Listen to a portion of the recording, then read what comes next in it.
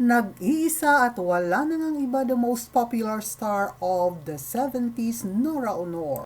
Isa ka ba sa mga taga-subaybay ng the most popular star ng dekada 70 at magpahanggang ngayon?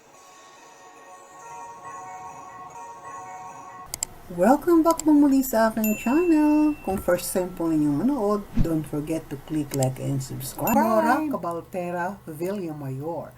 Bakit nga ba siya ang pinaka-popular na star ng dekada 70 at magpahanggang ngayon ay wala pang nakabreak ng record na ito?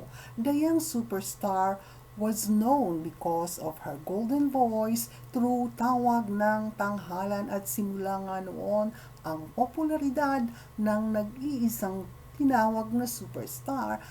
Ang pagkapasok ni Nora Honor sa larangan ng industriya ang nagbukas ng pintuan at oportunidad sa mga kapwa niya na hindi naman mestisa upang mapasok ang larangan ng show business, maging sa pamamagitan ng pag-awit o pag-arte.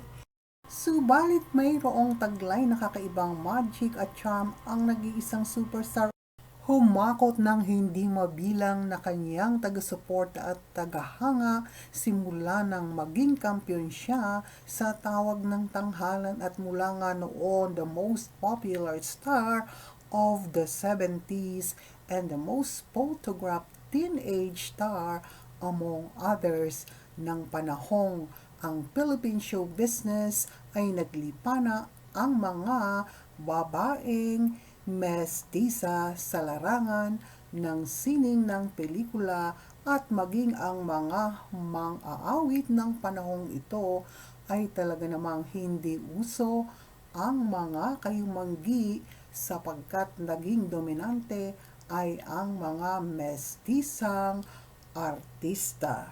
At ito nga po, ang pintuan ay nagbukas sa mga nagnanais na maging mang-aawit at pumasok sa larangan ng pelikulang Pilipino nang hindi nangangailangang ikaw ay maging mestisa. At nabago nga ang kalakarang ito sa pamamagitan ng pagkapasok ng nag-iisang Nora Honor ay marami ang iba pang mga mang-aawit at artista na hindi naman mestisa ang nagkaroon ng oportunidad na maging mang-aawit o hindi kaya naman gumaganap sa teatro at sa pelikula sa industriya ng pelikulang Pilipino. At yan nga po ang nag-iisang superstar ang siyang nagbukas at nagbigay ng daan lalo na sa ibang nagnanais nga na maging singer at actress sa Philippine show business. Kung baga ay maraming natulungan ang nag-iisang superstar. Ang isang napakasimple at kayumangging Pilipina beauty teenager noon ay pinagkaguluhan ng milyon-milyong supporters. Iba't ibang dahilan ang mga supporters and fans na nag-iisang superstar kung bakit nila minahal ito. Bagamat hindi napakadali ng pagpasok sa show business ng nag-iisang superstar, ay talaga namang kinangkilik ng milyong-milyong fans, lalo na nang siya ay magdiwang ng ika-18 kaarawan. Gumamit pa siya ng helicopter upang makita ang napakaraming tao ng panahong iyon. Tunay na hindi magkamayaw ang dami ng mga fans na sumuporta sa kanya. Or fashion icon sa kanyang kapanahunan, ang petite, ngunit very cute and very charming at ipinaris sa iba't ibang leading men na talaga namang naging sikat ng madikit sa nag-iisang superstar.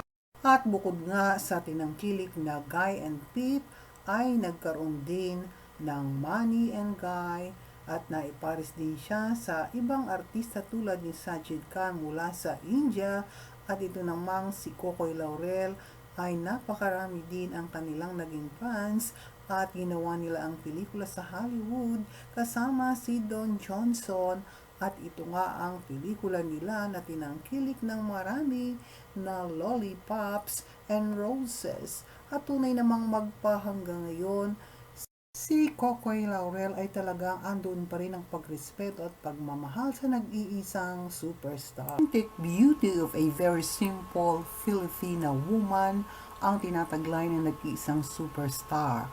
Ang kanyang brown skin, ang kanyang simpleng ganda, ang simpleng tangos ng kanyang ilong na nung panahong iyon ay hindi pa uso ang enhancement o ang mga salamat po doktor method na talaga naman ngayon ay marami nang nagpapagawa ng iba't ibang parte ng katawan o mukha ng mga artistang pumapasok sa industriya ng pelikula. Noong kanyang kapanahunan ay naturang naganda ang niyakap at hinangaan ng mga tagahanga ng nag-iisang superstar. Simplicity is beauty kung kaya't niyakap ng marami ang nag-iisang superstar. Ano man ang gawin ng nag-iisang Nora Cabaltera Villamayor ng kanyang kabataan ay sinuportahan siya ng mga tagahanga na talaga namang kahit saan siya magpunta ay milyon-milyon ang kanyang taga-suporta.